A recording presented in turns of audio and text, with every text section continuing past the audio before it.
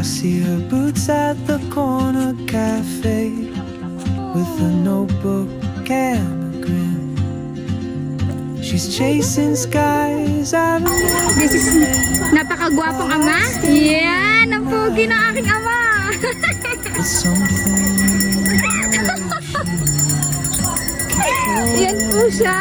Pulang-pula. Kanyang favorite color. So, nandito kami ngayon sa Simbahang Bato.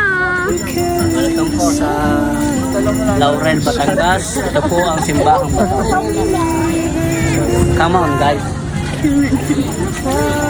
Hold inside.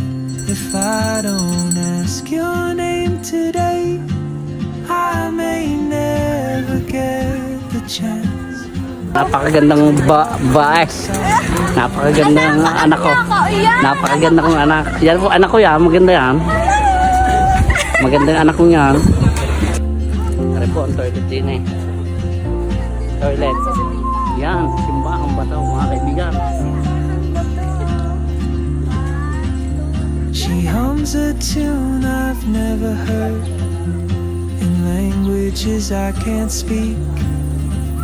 She writes down cities on her wrist and dreams she'll never keep. I sip my coffee, miss my cue, still anchored by my fear.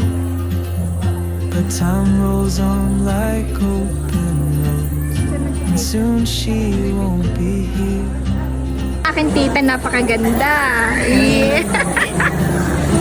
Iyan na, ang ganda.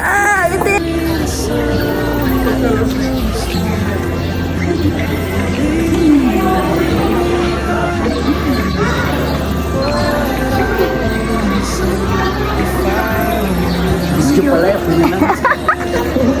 I may never get the chance to walk beside your wandering dance. Maybe next year in Madrid or on some quiet mountain ridge, I'll see you turn and I'll be brave. But what if courage comes too late? Oh, traveler, the world is your open gate, and I just stood afraid of fate.